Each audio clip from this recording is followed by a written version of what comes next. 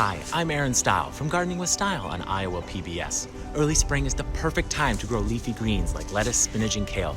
These edible crops are one of the best for beginner and experienced gardeners alike because they're easy to grow.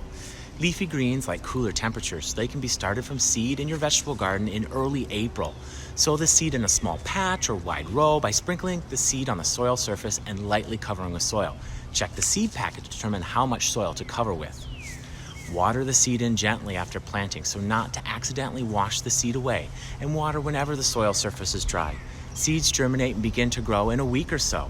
Once leaves are big enough, simply snip off what you need when you're ready to eat it.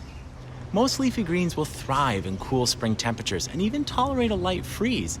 As summer approaches and temperatures warm up, plants tend to slow down and bolt, which is when they form a flower stalk. Their taste tends to change and leaves become more bitter when this happens.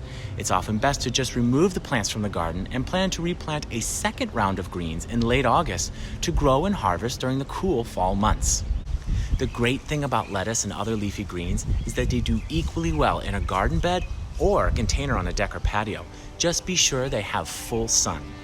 Thank you for joining me with this gardening tip on Gardening with Style.